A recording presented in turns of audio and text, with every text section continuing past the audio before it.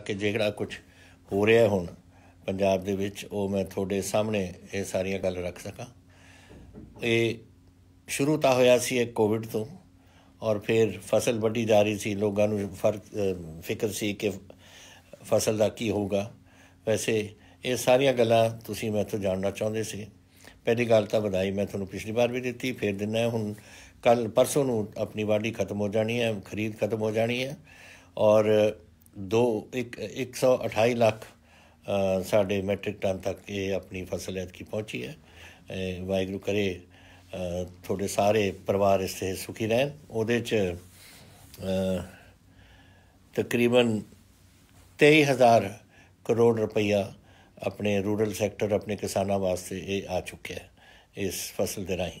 ਸੋ ਸਾਰੇ ਆਪਣੇ ਬੱਚਿਆਂ ਨੂੰ ਚੰਗੀ ਤਰ੍ਹਾਂ ਸਾਂਭ ਸਕੋਗੇ।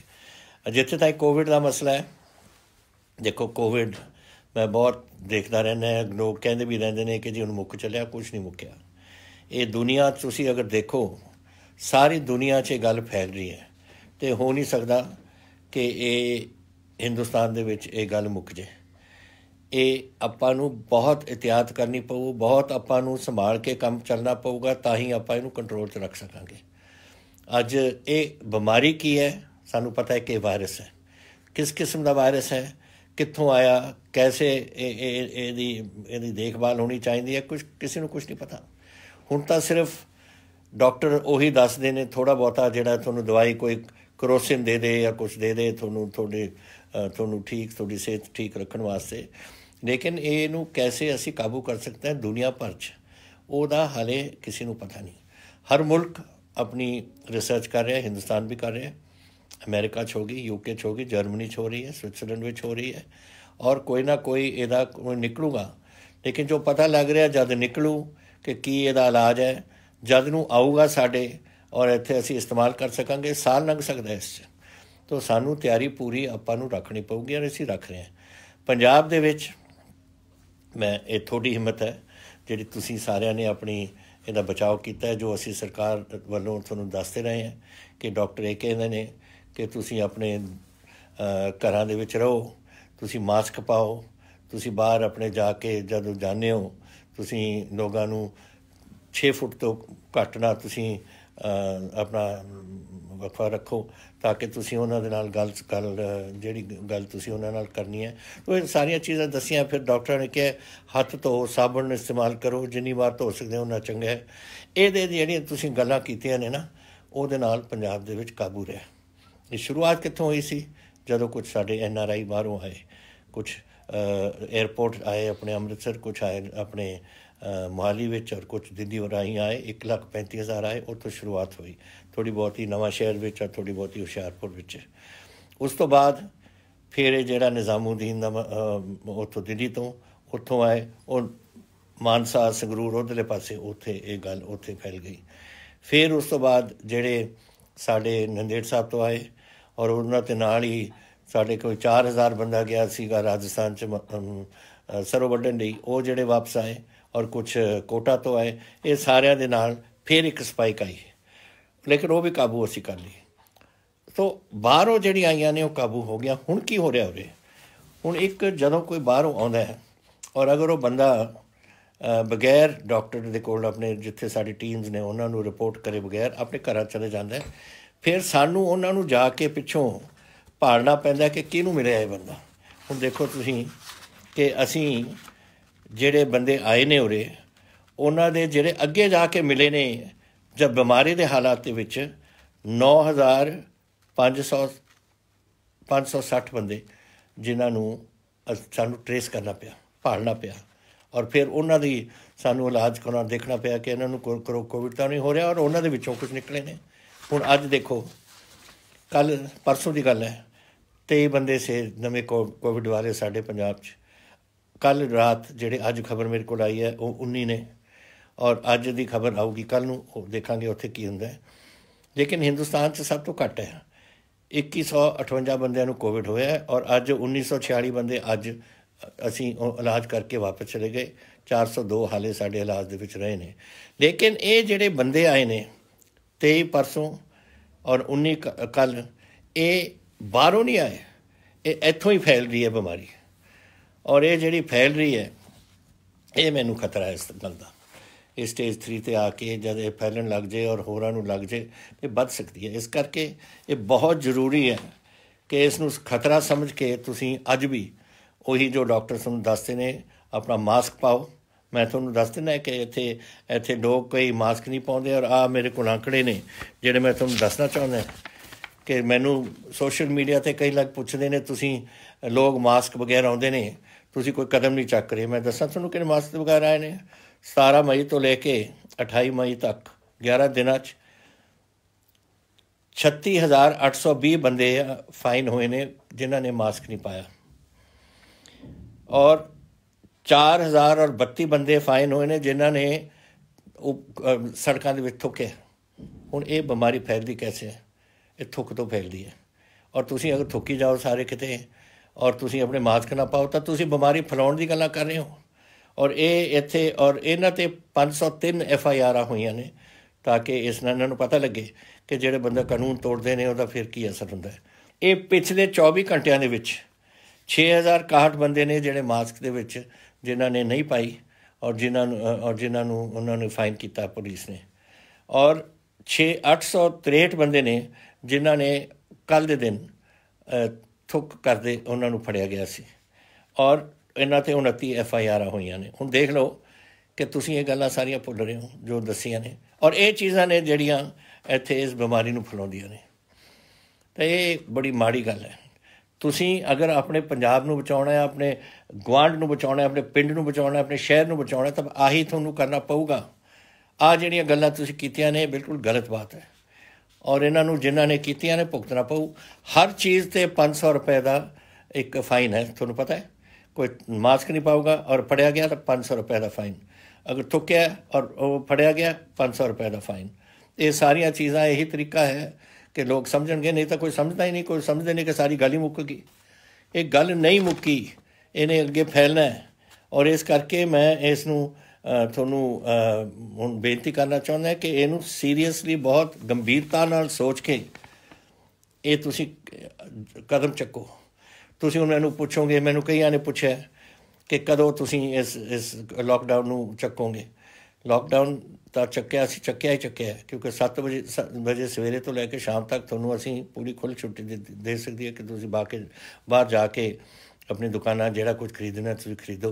लेकिन शाम के 7 बजे तो लैके सवेर के 7 बजे तक वो गवर्नमेंट ऑफ इंडिया की करफ्यू है। हुण गवर्नमेंट ऑफ इंडिया की दसदे ने वो देखांगे 31 तरीक नूं। 31 तरीक नूं प्राइम मिनिस्टर जरूर कुछ ना कुछ ऐलान करनगे, क्योंकि उन्हां दा लॉकडाउन 31 तरीक तक है करफ्यू। हुण तां ही सुधरिआ कम, और मैं नहीं चाहुंदा कि एक आउट ऑफ कंट्रोल चला जाए। बंबई दे विच देखिआ तुसीं लखां दे बंदे उत्थे होने। अमरीका 1 लाख तो मर गए उत्थे, और पता नहीं 17 लाख ने जिहड़े इस वेले कोविड दे नाल ने। यूके देखो 34,000 मर गए, और पता नहीं किन्ने लखां च उत्थे जर्मनी दे विच, स्विट्जरलैंड विच, सारे मुल्कां दे विच यही हो रहा है। तो असीं अपने पंजाब नूं बचाया होया, और हुण इहो जी गल ना आपां कोई कर दईए जिहदे नाल बिल्कुल आपां होर नुकसान करा लईए अपना। तो मेरी यही बेनती तुहानूं कोविड विच कुछ हुण थोड़े सवाल आए ने, वो सवाल मैं हुण थोड़े उन्हां दा जवाब देने की कोशिश करांगा।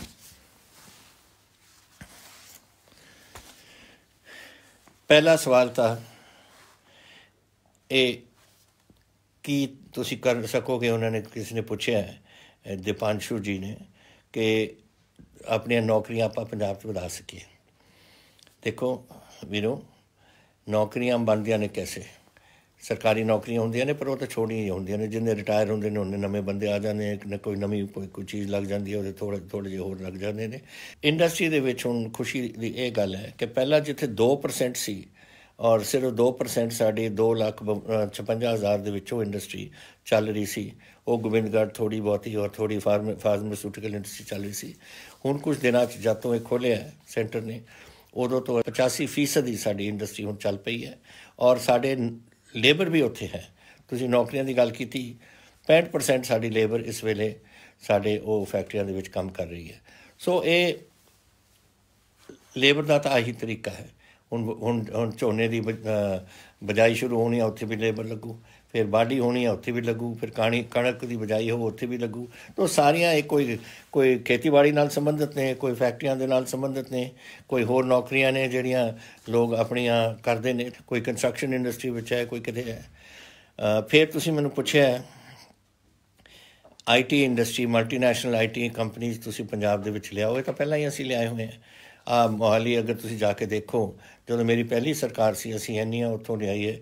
कॉर्क लगी सी, ਜਿਹੜੇ ਤੁਸੀਂ ਵੱਡੇ ਵੱਡੇ ਨਾਮ ਜਾਣਦੇ ਹੋ ਸਾਰੇ ਇੱਥੇ ਆਏ ਹੋਏ ਸੀ। कि कुछ रुक गया काम, कुछ बदल गया काम। ਹੁਣ IT इंडस्ट्री भी एडवांस कर रही है, कुछ किसी तरीके नाल चलती है, कोई किसी तरीके नाल चलती है। तो हाले भी चल रही ने ਇੱਥੇ कई होरे आईਆਂ ने। वाधा उन्होंने चाहना है ਹੁਣ अगर हालात सुधरनगे तो फिर वाधा उन्होंने उदों आऊगा। ये जस्टिस सिद्धू साहब ने तो गौरव कुमार जी ने फाजिलका तो पूछा मैनू। और फिर मैनू रुचिका जी ने मैनू ये पूछा थोनू 2% साड़ी जी GSTP है 6 लाख करोड़, उन्हों के विचों सानू 3% का लोन लैन वास्ते इजाजत है। वो असी 2% होर मंगी सी कि 3% तो तुसी 5% कर दो कि असी लै सकीए। और वो इजाजत उन्होंने दे दी है सानू। लेकिन उहदे ते इन्हां ने कंडीशन लगा दिते। हुण ये कंडीशन नहीं लग सकते। ये फैडरल स्ट्रक्चर है। साडा आर्थिकता साडे अपने हत्थां दे विच है, साडे हत्थां दे विच। फाइनैंशियल जिहड़े इंस्टीट्यूशनस ने कैसे चलदियां ने वो साडा काम है। फाइनैंस कैसे चलदे ने किसी महकमे दे वो साडा काम है। और तुसी नहीं लगा सकते ये कि तुसी उहदे लगा दिओ कि जिहड़ा अगर तुसी ये 0.5% लेना तो ये करना पऊ या 1% लेना तो ये करना पऊ। थोड़े हथ च नहीं, असी नहीं इस गल नूं मनदे। एंड इन्हां नूं गवर्नमेंट ऑफ इंडिया नूं इसनूं अमेंड करना पऊगा कि अनकंडीशनल ये सानूं ये पैसे देने पैणगे उन्हां नूं, जिहदे नाल असीं अपने पंजाब नूं, सानूं पता है कि साडे किहड़े महकमे दे विच सानूं की कुछ लोड़ है और साडा पैसा है असीं उधार ले रहे हैं और असीं मोड़ना है और तुसीं सानूं दसो कि कैसे करो। ये कैसे चल सकदा काम? यही साडी प्रॉब्लम अज तो नहीं, जब झगड़ा भी पंजाब दे विच एक बार होया सी कई साल 1970-80 दे विच, एक जिहड़ी मंग सी आई सी फैडरल स्ट्रक्चर दी, जिहड़ी कि तुसीं साडे तो सारियां ताकतां खिच रहे हो। ये बिल्कुल गलत बात है। असी स्टेट हैं, असी चलाउने हैं, लोगों को असी चलाउने और असी सारे स्टेट रल के एक मुल्क बनाते हैं। पर साडी जिहड़ी आर्थिकता है और साडी संभाल है उस साडे कोल होनी चाहिए है। कोई सानू नहीं कह सकता कोई कि तुसी आ चीज़ करो या वो चीज़ करो या उहदे ते तुसी असी ये कंडीशन लावांगे या वो कंडीशन लावांगे। असी इहदे नाल सहमत नहीं और ये नहीं होएगा साडे वास्ते। फिर तुसी पुछया सी कि हुण लॉकडाउन 5 का की होएगा। पहली गल तो यह है कि जिहड़ा लॉकडाउन है ना, अद्धा सवेर तो 7 बजे तक, शाम के 7 बजे तक असी खोल दी सब कुछ कि अपने फैक्ट्रियां भी चलन, कमर्स भी चले, अपने कमां तुसी जाओ। शाम का 7 बजे तो लैके सवेर के 7 बजे तक वो गवर्नमेंट ऑफ इंडिया का कर्फ्यू लग्या हुआ है। वो हुण गवर्नमेंट ऑफ इंडिया की करदी है 31 तरीक नूं वो सानूं दसणगे। लेकिन असी कोशिश करांगे कि होर राहत दित्ती जावे लोगों नूं और वो तुहानूं दसांगे कि की है। लेकिन इससे पहला कि असीं ये फैसला करिए, मैं अज अपने सलाहकारां नूं सारिआं नूं सद के इस बारे गल कीती सी कोविड बारे। डॉक्टर साहब ने सारे जिहड़ी असीं कमेटी बनाई है इस वास्ते और हुण असीं वेट कर रहे हैं देखण नूं कि ऐलान करन तो पहलां कि सेंटर की गवर्नमेंट की दसदी है। वो 31 ताईं उन्हां दा लॉकडाउन सी, 31 ताईं मेरा ख्याल प्रधानमंत्री जी अपना ऐलान करेंगे। सैम ने मैनूं पुछया है कि लॉकडाउन अगर कंटिन्यू करेगी रिस्ट्रिक्शनस घट होणगियां या नहीं। जरूर घट करांगे। ये तो असीं जैसे मैं तुहानूं कहा कि डॉक्टर अंत विच दा फैसला गवर्नमेंट ऑफ इंडिया और असीं रल के करांगे इस गल ते कि की करना है की नहीं करना। लेकिन अज सारी दुनिया जा रही है लॉकडाउन नूं घटाउण वास्ते, क्योंकि असीं आर्थिकता अपने मुल्क की और अपने सूबियां की कायम रखनी है और इसलिए सानूं कोई लॉकडाउन दे विच कोई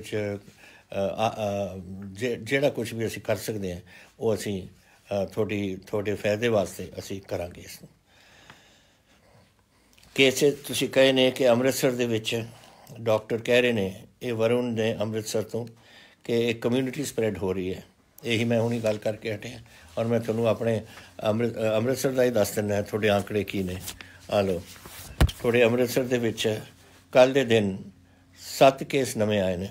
वो 7 केस एक नवा केस है जिहड़ा कितों बाहरों आया है और 6 कहे जे केस ने जो कॉन्टैक्ट केस ने एक दूजे नूं मिल के।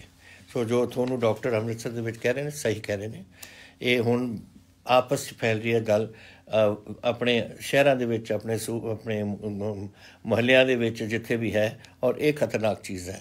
ਔਰ ਇਸ ਦਾ ਤਾਂ ਹੀ ਅਸੀਂ ਇਸ ਨੂੰ